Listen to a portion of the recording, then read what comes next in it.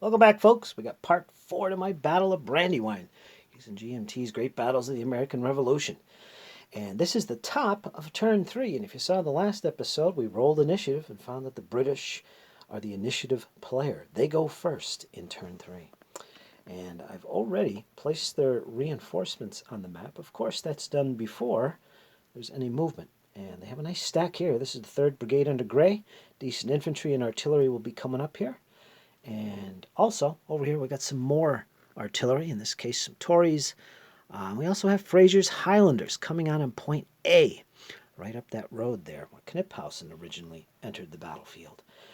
And that's what's coming on for the British. They will be moving up shortly. Right here, we've got the Army morale track. I didn't mention this in the last part of the video series, but this is the current situation. The Americans, the Patriots, are down to 17. The British are up at 221. I think they were down here at one point, but managed to get back up there at 21. So they're in a firm, high morale. Things are looking good for the British. Not so much for the Patriots. They're slowly whittling down in morale. But this mostly is influenced by combat results. And we did have some combat over here on the right, with Kniphausen taking those heights up there, forcing the Patriot light infantry off that position, forcing their horse to also withdraw, and actually disrupting one of the units, which is right there. So Kniphausen is doing fairly well here with his initial forces. And of course, we've got Stern's 2nd German Brigade, which is in reserve position. I'm holding back with them. I eventually want to get them all on the road so we can advance quickly up to Chad's Ford and really assault that position. And like I said, this turn they will be getting some extra artillery, including Fraser's Highlanders as reinforcements, and also Gray will be coming up this road at point B to support Grant. Grant is currently on his way to take positions up here to the east, to the west side of the Brandywine Creek. We want to take control of that ridge line, do some artillery, counter battery fire, and shooting at the enemy positions if we can. And that'll be a distraction and hopefully provide some support for the main attack later on in turn 7, when Howe arrives and I commit my reserve force that I'm going to hold back, including the Germans, to attacking at Chad's Ford, which is up here. And ideally, we want to take this position where Wayne is located. It's Proctor's Battery. We want to take that, and thus deprive the Americans of a decisive victory, or at least the potential for a decisive victory at the end of the battle. So that's the goal there. And again, Gray is coming on with some relatively decent troops. He's got some artillery. He's got a 4 in there, a 3. They're mostly 3s and 4s. There's a 2. They're going to come up and support Gray. Some of them will be in reserve. Some of them will occupy the position up there along that ridge, as I mentioned Grant will be doing. Grant is also making a move at this ford over here. I believe that's Brennan's Ford? Brennan's Ford, or Britton's Ford. I can't spell that. What is that? Brintons. Brinton's Ford. All right. This is a primary ford, and he wants to take this. Just a little diversion in a way, because it might prove useful later on in the battle if we want to shift forces across here. We'll see. It's definitely a strong American position here with the breastworks. Far as the Americans are concerned, they're currently building up a force up here under Sterling. This is all part of Sullivan's wing. He's got quite a few troops here amassing, including artillery, some cav, and they're going to be moving along the Wiley Road later on in the battle, probably around turn 4 or 5, to occupy this position here, Birmingham Hill and the Birmingham Meeting House, because Americans need to hold on to Birmingham Meeting House as well as Proctor's Battery at the end of the battle. If they do so, no British occupy those hexes, they will secure a decisive victory at the end of the battle. Again, the battle's 12 turns. So I'm going to make a move on there, and the army is restricted to their bivouac area, which I covered in earlier episodes. It's marked by this perimeter. They can't move out of it. The exception, of course, is Maxwell's force, which is already out of it. They're on the other side of the Brandywine. They have a separate deployment area and a restricted area, and they can't move out of that, although at this point they could move back across the Brandywine, which I don't intend to do. By turn 6, Patriots will be able to move everything out of that bivouac area. Otherwise, I can attempt to move them out earlier, as early as turn 4, which is the next turn. I can do so, but I give up victory points to the British. So I might be willing to do that. In fact, I'm planning on it. So I'm going to break these guys out under Sterling around turn 4 or 5 and head down that road in anticipation for setting up a defense against Howe's arrival. Again, along this road, the Widow Davis House. Forks Road, it's called. Interesting names. Love this map. It's fantastic.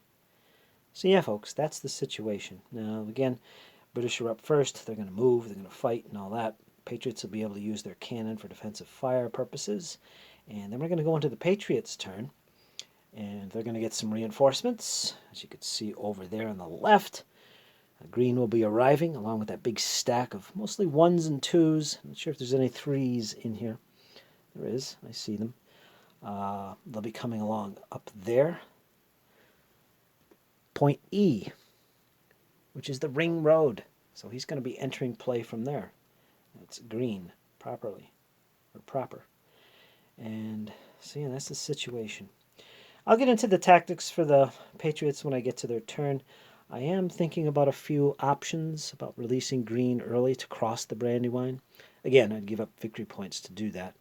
And I covered that earlier in the earlier part of this series of games. I'm not going to go into detail with it here, what my options are. But this is the situation. Top of turn 3. British have initiative.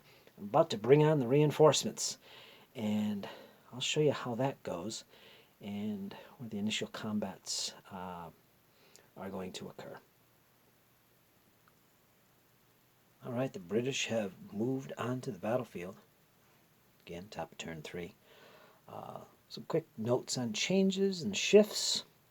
Basically, Gray took over command here on this little attack from Grant. So now Gray is now occupying this.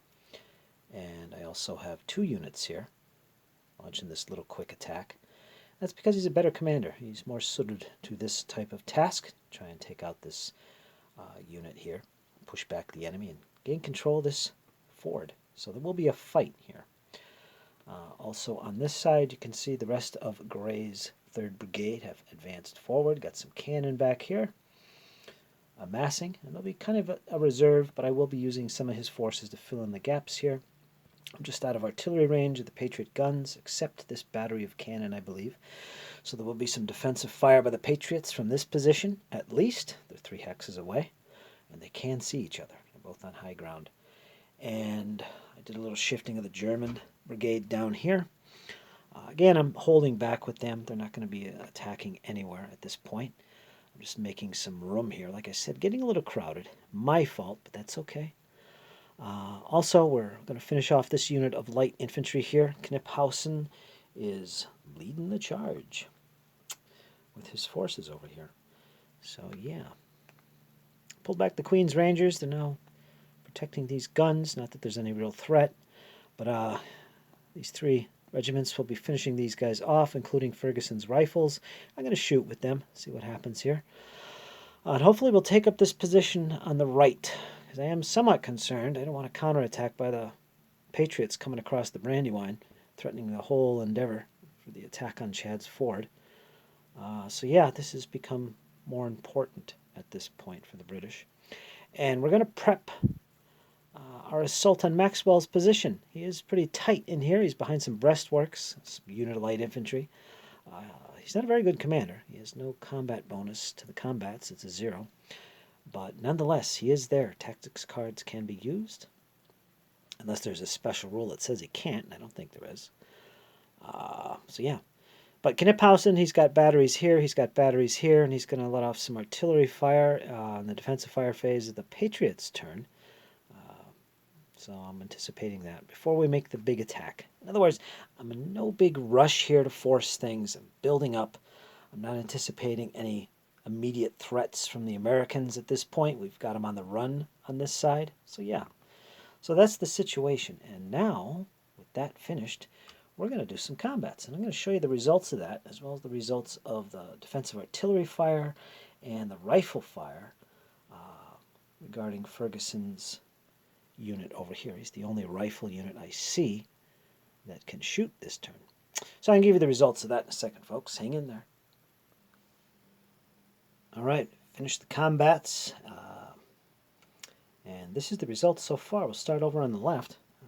Of course, Gray's attack here to take this position, this primary ford, was not entirely successful. There's only one Patriot unit remaining in this hex defending the ford. It is the 3rd Marylanders, and they held their ground.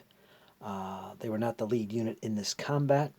The lead unit was actually captured, and I'll show the capture box in a second here. So in that respect, the British were successful. They captured an enemy unit. This unit here remained in place, however. The guns were forced to withdraw, retreating disrupted, actually, as a failed morale check. So yeah, there is that. The guns fell back. Also, this artillery did fire into this square as well, and it was ineffective. In fact, as far as all the artillery and rifle fire that took place, it was all ineffective. There was no results for either side. Ferguson's did not do any positive results with that. There's also a rifle unit here, and they also fired. And let me see, did they do anything? I don't think so. No, there was no effect to that. No, you know what did happen? The British took a AM -1 to their army morale, and that dropped their army morale from 21 down to 20. But you'll see that this is back up to 21 currently. So there was that. The rifle fire here for the Patriots was successful, and then it dropped the army morale of the British by 1, and that was about it. And then the combat was fought, and you can see the situation currently. So British did not get across, but they substantially weakened the defenders. The only other combat to take place was over here, again with Kniphausen's force engaged, and it was pretty overwhelming. I think the odds were at max once again. These guys were here. There was a unit here. And this combat was successful for the British. They advanced into the position, and you'll notice that the unit is no longer there for the Patriots because it as well was captured. And the capture box is way up there. And I won't have to zoom on that. Needless to say, there's 3 units in there that have been captured, including a militia unit for the Patriots. So we captured some more rebels and took the position. And Ferguson and the Royal Welsh Fusiliers did advance into this woods hex previously occupied by the defenders. So that is the situation. Again, the defensive artillery for the Patriots and all the rifle fire, which, incidentally, I don't think I mentioned this. Rifle fire is simultaneous for both sides. I don't think I mentioned that before. But yeah, all of that was for naught. It was ineffective. And now we're going to go into the Patriots' turn with close combat phase for the British completed. And you can see that one stack up there. That is green. And he's on his entry hex. He has a ton of units there, including some artillery. Basically, I want him to kind of fill in the gaps that are occurring on the left here, where Sullivan's forces are kind of thinning out.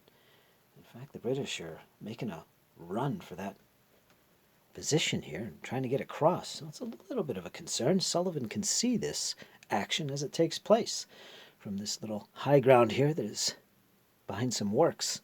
So he might need some troops down there. Might be a little concerned. We'll see. I'm going to think about that. And what I'll do is I'll show you the rest of this turn, the results of it, where I go with green and what happens next. But needless to say, I'm pretty much going to continue with my plan of getting these guys in position to go this way in turn 4, possibly turn 5, but I'm thinking turn 4. I'm going to have to do something here. I'm not sure. I don't want to lose this ford, to be honest with you. So I might reinforce this position. Also, I want to bring Green's troops in, of course, bring them in this way. I want to kind of shift more troops in this direction to reinforce Sullivan, because like I said, his line is thinning out here as some of his forces under Sterling are amassing in preparation to head down Wiley Road to get to the Birmingham Meeting House. So that will be a concern. One other thing I'm debating is what I am going to do over here at Brandywine Creek on this side for Maxwell. Technically, I could withdraw Maxwell entirely from that position on the west side of the Brandywine Creek. But if I do so, I can't bring him back across again until the army's released. But the other option I have is some of, Green's army can be released early by a turn in this case to cross the Brandywine, and I could support him right now and maintain this position we have over here for the Patriots, which it's tempting to do so. I'm thinking about it. Like I said, if I can, this is the British right flank. Jeopardizing this is going to be of great concern for the British. They don't want that to happen. And right now they're just running over the light infantry that are defending for the Patriots over here. I'm thinking about going across. I don't know if I could spare a lot. I might just send them across anyway. But I will be giving up a victory point to do it now. If I wait another turn, turn 4, I can do it without giving up any victory points.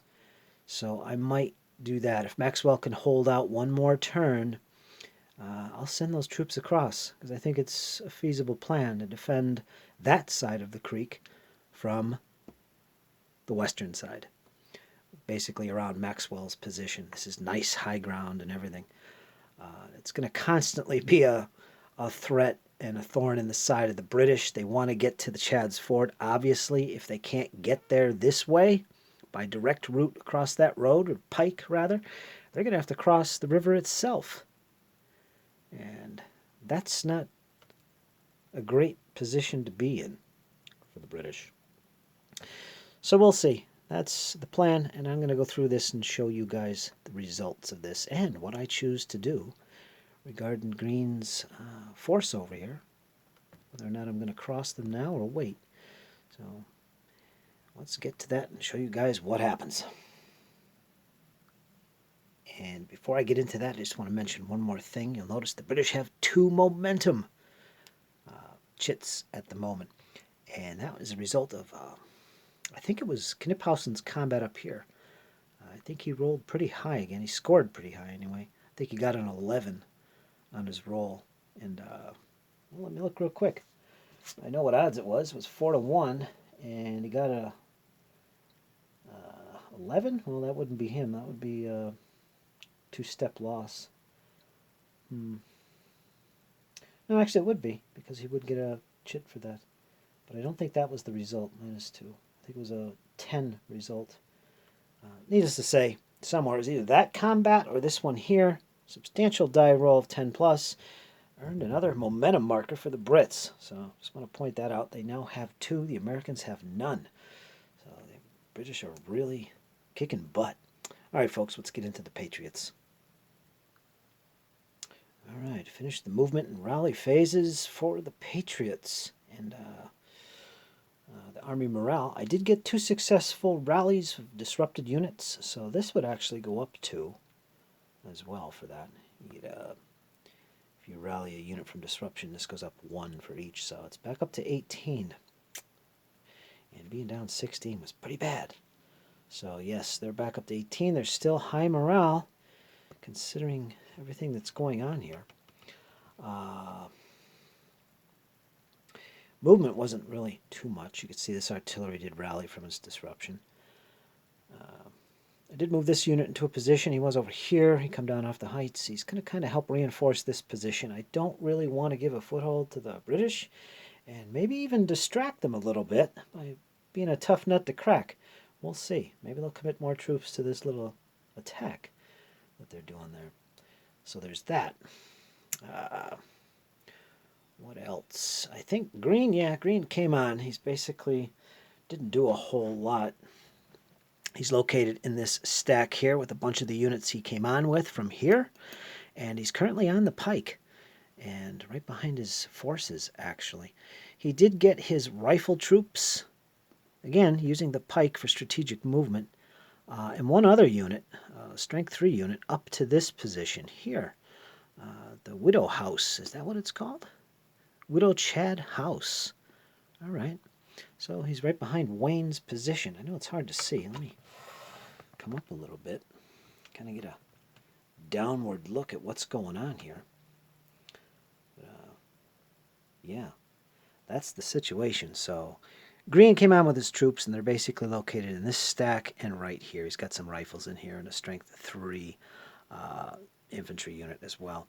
I also shifted some troops here. I pulled these guys forward. 9th Virginia. They went from this square, or hex rather, into here, reinforcing that unit in anticipation of crossing. And as you can see, I have decided not to cross the Brandywine Creek with Green's wing at this point. I don't want to give up any more victory points. I think the British are at 2.5, and the Americans are at 1/2 victory point so far. But yeah, we don't want to do that. We'll wait another turn. Turn 4 is next. No reinforcements for either side in turn 4. And that's about it. Point out one other thing. This unit down here, located in a place called the Dungeon Bottom. There's an entry point here as well, number C. You can just see it right there. There'll be some forces coming on there later on in the battle, but there is a unit, the Delaware Blues. They're basically stuck here at Jones Ford. They can't move. I think the requirement for them to move is they have to be approached by British or Patriot forces. I think 2 hexes away or something. When that happens, they can move at that point. Otherwise, they're stuck guarding this ford and basically don't really know what in the world is going on. They probably hear some musketry fire in the distance. But yeah, so there's those guys. So that's the situation. I'm going to go into the defensive fire for the British. The British are going to fire with their artillery, defensively basically. And then we're going to go into the rifle shooting phase, again, simultaneous for both sides, and then the close combat phase for the Patriots. And that will end turn 3, and I'm going to show you the results of that in a moment here. All right, let's do a little quick update here. I did get through the defensive fire for the British, and I also did the rifle fire, which there was none. Yeah, there was artillery going on down here, I think. No, I'm looking at the wrong spot. Where was it? Defensive fire for the British. They had 2 cannon, or 1 cannon, located here. Strength 2. They did do some fire on the enemy artillery up here. It was ineffective. And we go further over this direction. However, the British also had 2 cannon here, 2 batteries. They totaled their firepower, firing on the same hex target. They're firing at this New Jersey battery, located at Maxwell's position up on the heights, and did get a retreat result. His guns were forced out of the breastworks, and they are now back here behind him, being supported by a Pennsylvania State foot. So, yeah, his guns withdrew from that position here, under some intensive fire by the British guns. And I believe that was all the defensive artillery for the British. The defensive artillery fire. So, yeah, there was no rifle fire. Next is close combats, and as you can see, there really isn't any except one spot, and it's right there. So this has to be resolved. We got Gray continuing his assault with 2 regiments of foot, the 5th and 10th, going up against the 3rd Maryland. And they're still holding their own. It's a strength 1 against a strength of 5. So this is going to be another overwhelming attack. However, there will be a penalty for attacking across a ford. So the Patriots do have that as an advantage. So I'll give you the results of that in a second here. All right, so that's that. You can see what happened already. Again, really good die roll for the British. And I have to say the British are rolling quite well throughout the battle so far. They gained another momentum that puts them at 3 so far, as you can see, because their score was a 10 or greater. And yeah, they worked their way across. They actually captured the enemy unit that was sitting there. Which, where was he? Here he is right here. He was captured. So the Marylanders held right to the end and ended up getting captured. So that's another victory point for the British. In addition, that will affect the Army morale as well. Whoops, sorry about that. And now it's back down to 17. I think I moved that. Yeah, I think it was up here. Well, they just lost another one. It should be at 17. So that's the situation there. That combat was effective. Gray has advanced across the ford. It is essentially captured. So the British have access to an easy crossing point along the Brandywine Creek, at least on this side of the battlefield. So an option has opened up for the British. We'll see what I do with that in the coming turn for the British. And there was no other combats. That was it. So that's the situation, folks. Turn 4 is next. And as you can see, turn 4 is located right here. I'm going to roll initiative for you guys. And we're going to put this right in the middle, or at the top at the moment. There's no reinforcements for either side. Also, Green's wing can now cross that Brandywine Creek area. So he can do that at this point. Also, this is the point at which I'm thinking about giving up 2 victory points to release the entire army altogether. So I'm going to think about that, and I'll get into that in the next part of this battle with you guys, part 5. Tell you what decisions I'm going to make with that. And yeah. But first, folks, it's time for, yep, you guessed it, initiative time. I put this guy in the captured pile. It's 4 units of Patriots captured. Imagine that. We're going to roll initiative here. And let me think. All right, here's what I'm going to do. Since I have 3 momentum chips for the British, I am going to spend one here for initiative. Now, again, we're at the top of turn 4 here, and we're about to determine initiative. Now, by spending a chip here, now the Americans have no momentum chips, but the British have 3, and I'm going to spend one for the British to get a +2 to their initiative roll. So each spending of 1 gives you a +2 to the initiative roll. There's other ways to use them as well, like if you spend 3, I believe, you dictate who goes first. There's no die roll, I think. I'll have to double check that. But in this case, we're just going to add the 1, and both sides will also add +1 to their initiative because they're in high morale for their armies, as you can see down here. But the British will get a +2 on top of that. So +3 for them, +1 for the Patriots.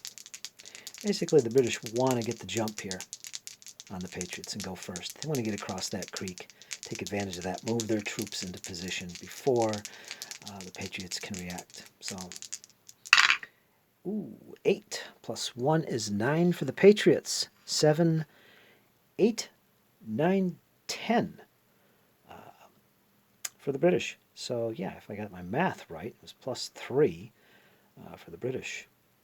They get a +2 for the momentum, +1 for the high morale. That's +3. So they're at 10. Patriots scored a total of 9. They only get a +1 for the high morale of their army. So yes, the British do have initiative going into turn 4. This chip will be put back in the pool of originally 5 chits. So they still have 2 left. All right, so there you go, folks. That is the situation so far. The British are going into turn 4 with initiative. They will go first. Yeah, basically you're going to capitalize on this position I've just captured. I don't know if I'm going to move out of here. There will be a combat here. He's got some guns unprotected. I would like to capture them. So I'm going to see if I can do that. But I don't want to get too aggressive here and get myself out of position. I might support this attack, send over a regiment or 2. We'll see what happens, but primarily I want to get Grant's forces on that ridge, and they're pretty much there. If I go any closer with my foot, they're going to suffer fire from the Patriots' cannon. So I don't want to get right to the ridge. Right now we're in a good position. Reserve is back here with the Germans and some of these units. So I'm overall happy with this. But the real thing I want to do, and this is why I wanted initiative, is I want to jump on this situation over here on the right with Kniphausen in Maxwell's position. Still don't know what I'm going to do with the Americans, if they're going to... Well, actually it's turn 4. So yeah, Green's forces can literally cross the Brandywine now. And get involved in the action. Of course, I might actually use Sullivan to release the entire army if I give up 2 victory points. And this was the original plan, so they'd be able to cross anyway. But this, my friends, especially for the Patriots, is where the battle is going to begin in earnest. I think. And for the British, going first is pretty important to me at this point because I really want to push forward quickly before this position can be reinforced. I want to get Maxwell off that defended hill position. I forced his guns back, so he's just up there with a unit of light infantry behind those breastworks. I've got plenty of guns in range, blamming away at him. And on the right of those guns, and protecting those guns as well, I have lots of infantry. British infantry that are ready to advance on that position. Of course, I have to watch out for his now rallied and non-withdrawing cavalry and infantry back here. So I got to kind of begin to push on them as well. But mainly I want to take Maxwell's position out, and we're going to see that in the next turn. Well, turn 4. And that's about it.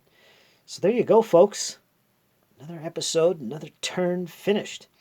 And we're going to go into the next episode with the British once again with initiative. Thanks to some momentum use. And I hope you guys enjoyed. Let me know your comments, what you think. And let's see if I release the army for Sullivan early in turn 4. Of course, I gave up 2 victory points. I think that'll put the British at 5.5 victory points to 1/2 victory point for the Americans. That's not a good position. But the battle has to go to the distance, and that would be for a marginal victory to occur. A substantial victory, which is better, occurs from this. The opponent reaches 0. And of course, a decisive victory, which is what I'm aiming for both sides. Well, we talked a lot about that already. I won't go into it again here. We want to capture some positions or maintain our hold on some positions. And we're going to get into that in the next episode, which will be part 5. So stay tuned, folks. Hope you enjoyed. Hang in there. It's only going to get better, as always. You know it. Take care, folks.